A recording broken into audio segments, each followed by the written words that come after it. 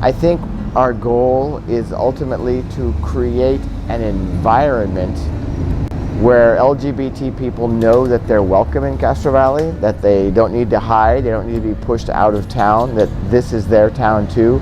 They thought it was really important for those of us who were part of progressive Christian faith communities to be out, be proud, to help the young people know that there was quite a spectrum in the Christian tradition, and that there were plenty of Christians around the world, and certainly right here in the East Bay, who support them, who love them just the way they are.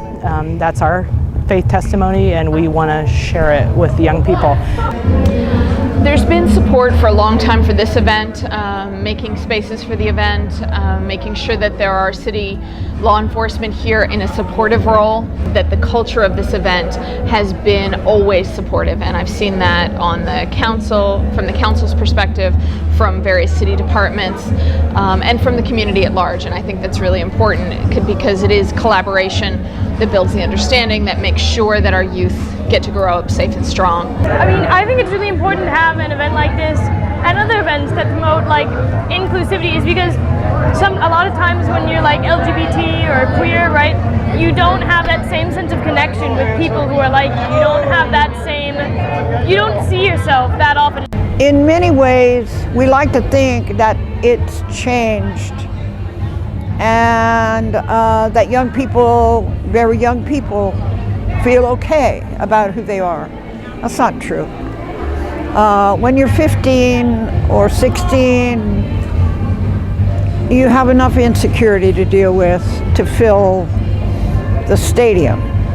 And then you add to that, it's monumental. You need a support system. It needs to be there. LGBT youth suicide is just an outrageous rate higher than their straight counterparts. So we want to make sure that we tell them another side of the story. There's nothing wrong with you. There's nothing wrong with your relationships, with your families, with your love for one another. We have to provide that for them until the world comes around and says, none of this matters anymore.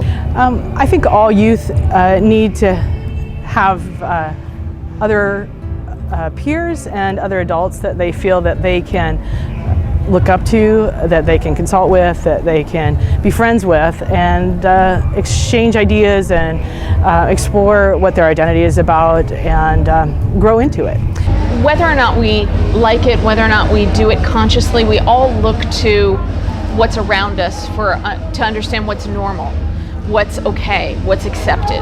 And while we've made great strides in the last 20 years to help people understand that homosexuality is simply a way of being, and that just as there are people of different races, there are people of different sexual orientations, we're all different.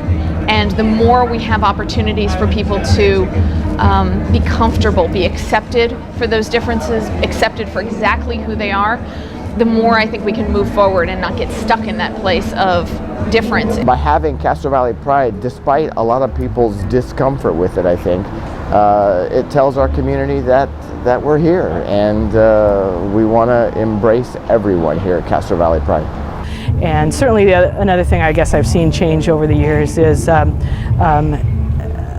not overwhelming acceptance, but certainly a growth in acceptance and embrace of gender and sexual diversity within our community. And people have come together and see this as a social issue, as a question of social justice. That's what it's really about. It may mean moving out of your community. It may mean staying in your community, finding allies within that community, changing your own community, being the change.